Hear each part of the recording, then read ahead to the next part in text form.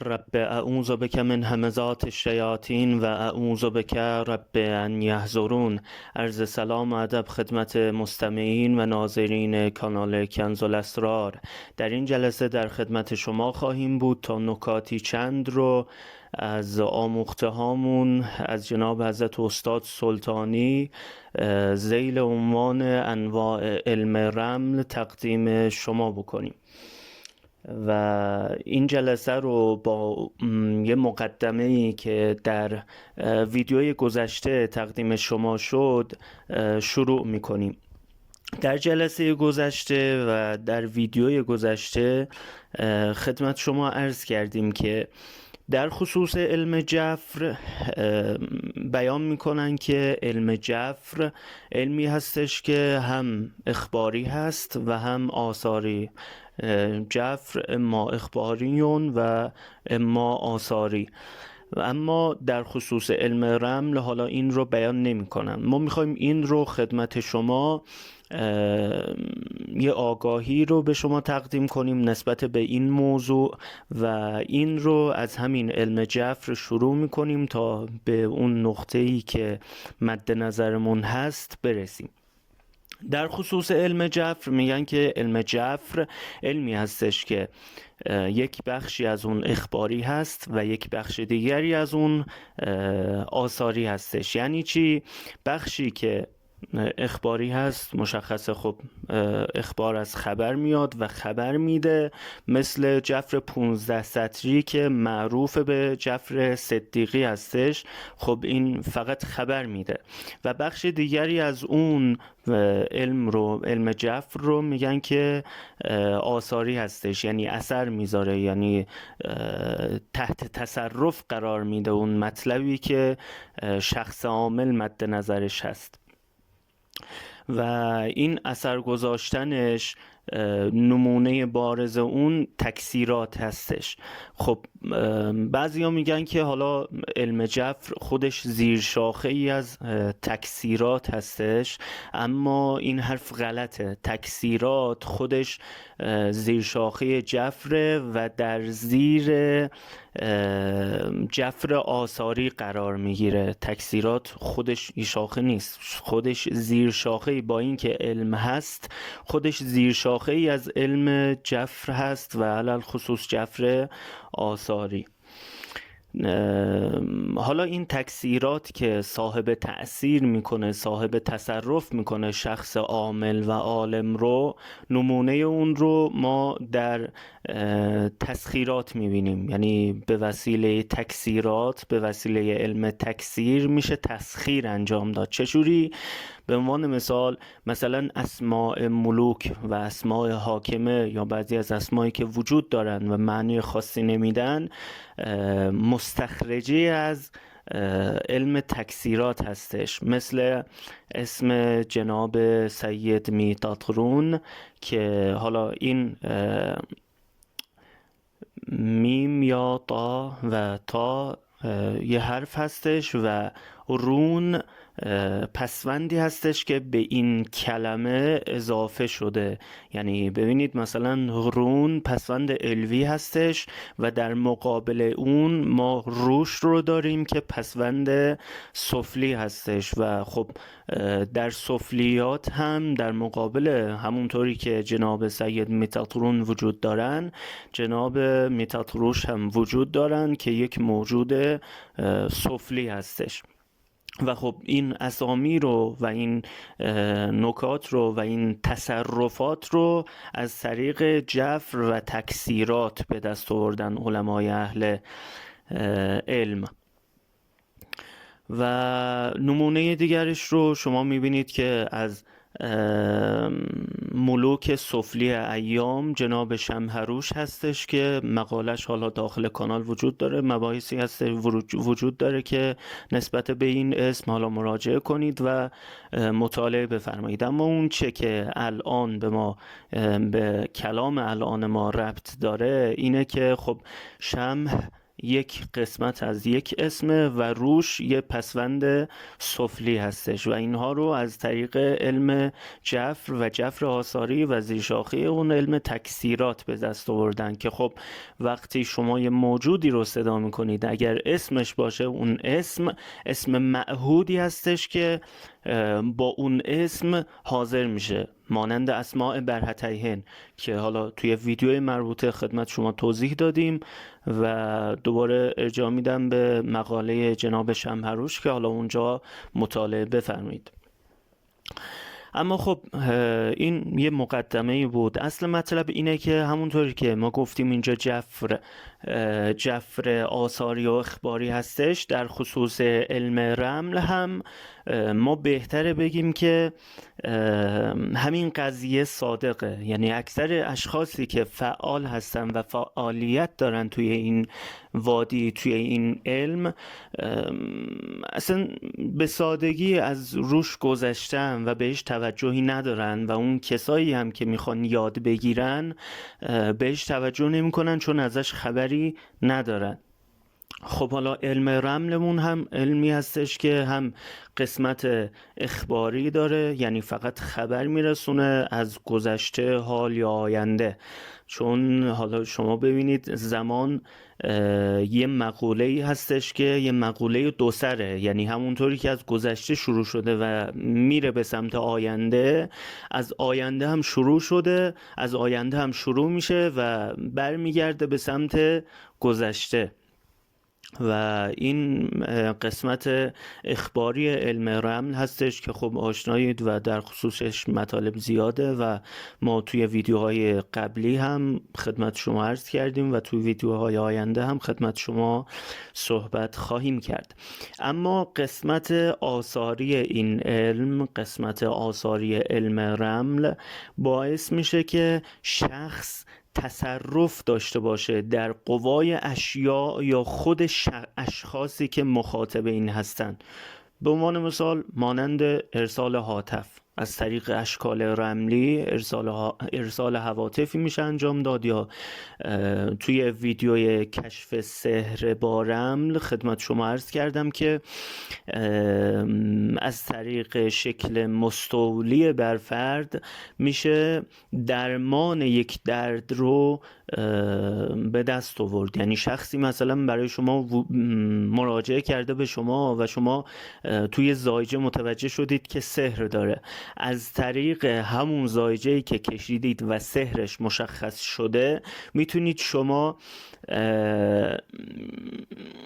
درمان اون سحر رو هم، یعنی پادزهر اون سحر رو هم استخراج کنید بدون اینکه حالا از نسخ دیگه‌ای که برای ابطال سحر، برای ابطالات وجود دارن بهره برده باشید. اما خب سوال اصلی که اینجا به وجود میاد اینه که خب اگر این علم قسمت آثاری هم داره، چرا بهش پرداخته نشده؟ چرا پنهان مونده یا چرا بهش توجهی نشده؟ ما بهتری اینطوری خدمت شما بگیم خلاصه و مفید که قسمت آثاری علم رمل به علت اینکه به شدت سریع الاجابه هستش و به شدت تأثیر میذاره و شخص رو صاحب تصرف میکنه، به خاطر همین اون اشخاصی که دستشون بر اون نخیل رسیده و فهمیدن که این چه عجبی از عجایب هستش، این رو مخفی کردن که به دست هر شخصی این مطلب نرسه.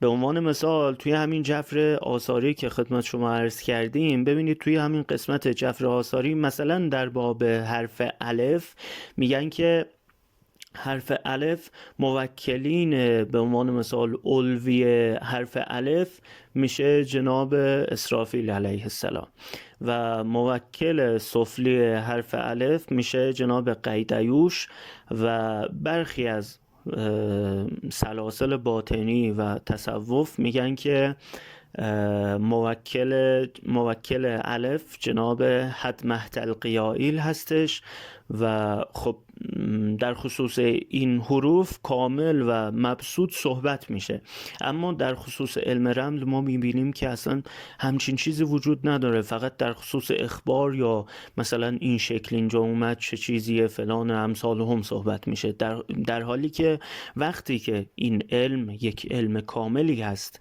و علمی هستش که به شما قدرت لازمه رو اعطا میکنه، مشخصه که وجوه و زوایای پنهانی داره و چون ما نمیدونیم برای ما به عنوان مثال به اصطلاح ناشناخته میاد و چون نامانوس هستیم میگیم که نه وجود نداره، در حالی که مثل همین حرف الفی که اینجا خدمت شما مثال زدیم، مثلا شکل جودله یا همون فرح در علم رمل، درسته که در خصوصش صحبت نشده که مثلا موکل این شکل چیه، اما خب موکلی داره.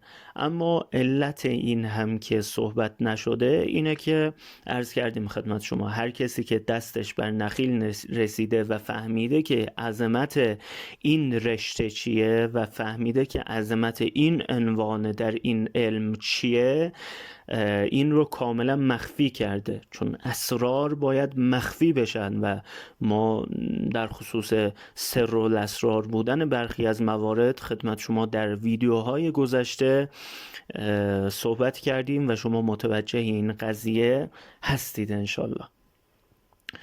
اما خب توجه داشته باشید، ما میخواستیم حالا در خصوص علم رمل و شاخه آثاری علم رمل صحبت کنیم و خدمت شما معرفیش کنیم قسمت آثاری علم رمل رو. قسمت آثاری علم رمل همونطوری که اینجا خدمت شما عرض کردیم و شما مشاهده کردید به شما قدرت تصرف میده در اشیاء یا خود شخص مخاطبی که برای شما مراجعه کرده یا میخواید در اون تصرفی رو به وجود بیارید و این تصرف شما به دو طریق رخ میده، یعنی از دو روش میتونید این تصرف رو در علم رمل آثاری پیاده کنید. اولین روش اون این هستش که شما بیاید عمار زمان رو یا استخدام کنید یا بهشون توکیل بدید. و حالا اینطوری بگیم خدمت شما، یه توضیح لازمه اینجا. آیه قرآن داریم که و انه لقسم لو تعلمون عظیم و خداوند متعال در خصوص نجوم و ستارگان قسم یاد کرده، اما این قسم عظیمی هستش. چرا؟ علت وجود داره. خداوند متعال در خصوص مطالب بسیاری قسم یاد کرده، اما ما وقتی اون قسم ها رو در کنار هم قرار میدیم میبینیم که به ندرت اتفاق افتاده که واژه اقسم و واژه قسم در همون قسم خوردنه باشه، مگر در احوالات بزرگی، در اتفاقات بزرگی مانند قیامت، وگرنه تعداد زیادی وجود داره که با واو قسم یاد شده، مثل والتین و الزیتون یا مثلا و الشمس و ضحاها. خب اما واژه قسم در واژه قسم در احوالات بزرگ و عظیمی مثل قیامت یاد شده که سوره های متعددی وجود داره. و حالا مطلب ما اینه، وقتی که این عمار زمان رو ما خدمت شما میگیم، عمار زمان حالا توضیحش رو در گروه مفاتیح یا کانال کنز الاسرار میتونید مشاهده بفرمایید. اما ببینید وقتی شما میخواید توکیل بدید و اینجا منظور ما این هستش که مثلا ببینید در قمر در عقرب یه احوالاتی به وجود میاد که بهش میگن شاکله ابطال سحر و باطل سحر به وجود اومده. این شاکله باطل و سحر این هستش که کواکب به یه چینشی در آسمان رسیدن که اون چینش اونها برایندی از یه انرژی رو به سمت زمین ساطع میکنه که اون انرژی باعث ابطال سحر میشه. اما خب این ابطال سحر شدنه و اون انرژی از طریق موکلین انجام میشه و وقتی که از طریق موکلین انجام میشه شما میتونید اون موکلین رو یا بهشون توکیل بدید و یا اونها رو استخدامشون کنید که حالا مباحث متعددی داره که حالا ساعاتش و نکات خاصی که حالا در ویدیوهای بعدی یا در گروه مفاتیح خدمت شما عرض میکنیم.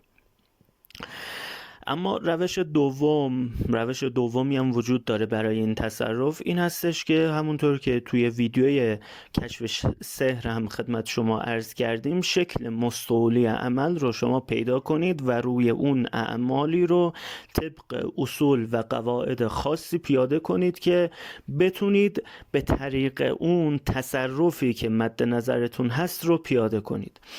مثلا شما اینجا مد نظرتون باشه ما یه مثال براتون بزنیم. در ویدیوی کشف سحر اونجا سحر رو مثال زدیم، یعنی نگفتیم که چه جوریه. اینجا شکل عملیش رو، مثال عملیش رو برای شما بگیم. تحسین رملی. خب شخصی که رمال هست و رمل میریزه، بهتری که حالا ما نمیگیم که، ببینید ما نمیگیم که مثلا حجاب های دیگه، تحسین دیگه، تحسین هایی که وجود دارن کارایی نداره، اما بهتر هستش وقتی که شما توی یک صنفی فعالیت میکنید تحسین شما هم از جنس همون صنف باشه. و ما اینجا حالا چون در خصوص علم رمل میخوایم صحبت کنیم و انواع علم رمل، تحسین رملی رو خدمت شما شرح میدیم. اگر که حالا ویدیوی ما در خصوص سحر بود، حالا بحث درمان سحر رو حالا مثال میزدیم. اما حالا در خصوص تحسین رملی، شما فرض کنید ما برای شخص مذکور، یه شخص فرضی، یه زایجه کشیدیم براش که یه تحسین رملی درست کنیم. که حالا خب یه مثال میزنم، قاعده رو کامل نمیگم، قاعده جزئیات زیادی داره و شما میبایست که حتما به فنون کاملش مسلط باشید. این چیزی که میگم فقط به جهت اینه که شما آگاهی لازم رو داشته باشید. این زایجه رو ما کشیدیم، زایجه‌ای که اینجا حالا وجود داره و شما مشاهده میکنید، ما این رو کشیدیم. قاعده اینطوریه که بیوت اوتاد رو ما برمیداریم، بیوت 1 4 7 و 10 اشکالش رو برمیداریم و وقتی که جدا کردیم ضرب در هم میکنیم. خب کسی که رمل بلده و میدونه که مثلا تشجیر چجوریه، مثلا این شکل بیاض از ضرب دو شکل نقی الخط و عقله به وجود اومده. خب ضرب یه چیز عادیه. ما این 4 تا شکل رو، اشکال بیوت اوتاد رو در هم ضرب میکنیم و به ما مانند این مثلثه یک شکل حاصل میده و شکل حاصل ما اینجا میشه نصره خارجه و خب این شکل مستولی بر تحسین اون فرد هستش. خب دقت کنید، مثلا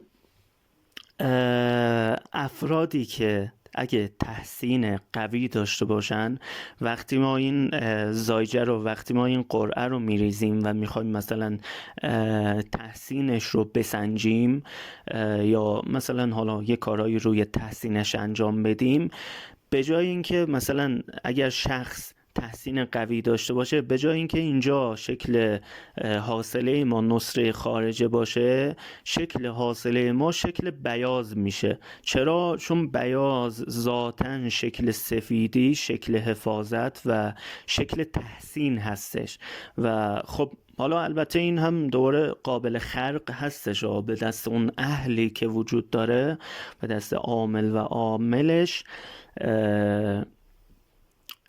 میشه که این رو هم دوباره خرقش کرد. اما ببینید مثلا این خرق رو مثال زدم خدمت شما.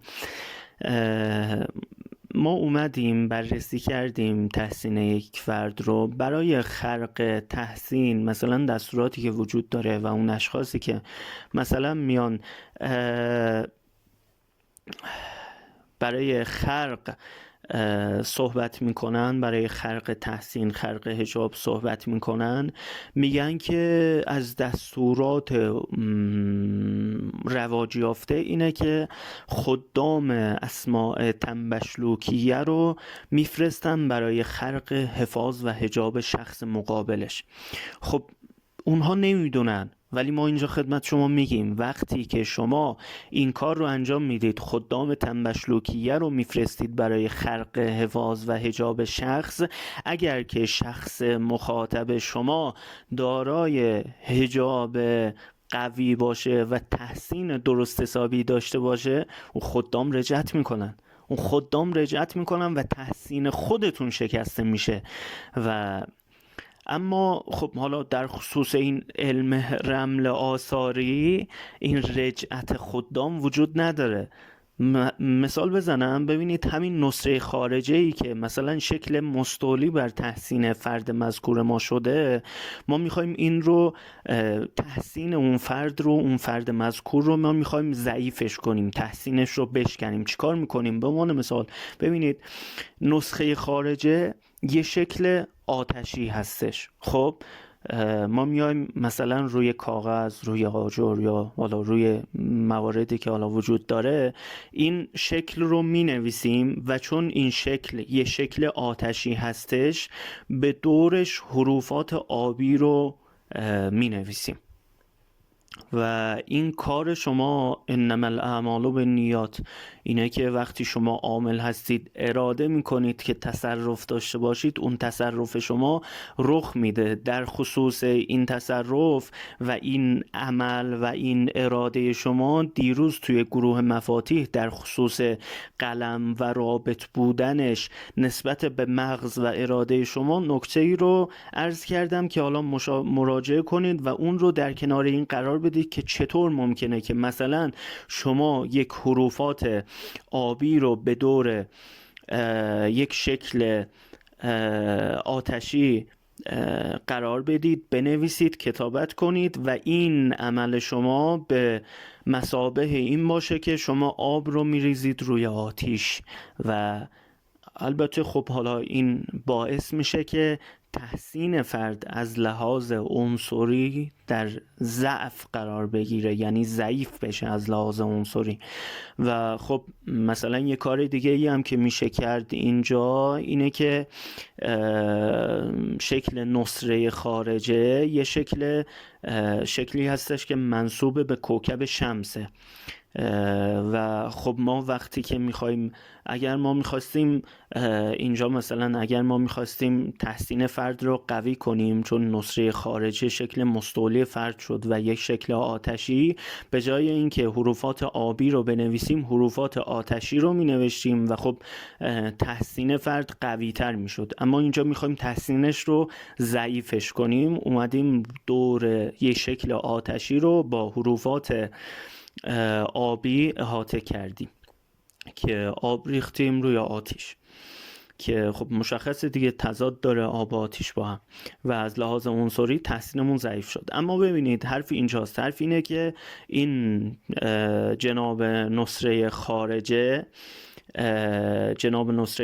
ای که اینجا وجود داره و مورد بحث ما هست شکلی هستش که منسوب به شمسه. اگر ما میخواستیم که این تحسین رو قویش کنیم باید در زمانی می نوشتیم که شمس حالش خوبه، مثلا در شرف خودش قرار داره، مثل برج حمل.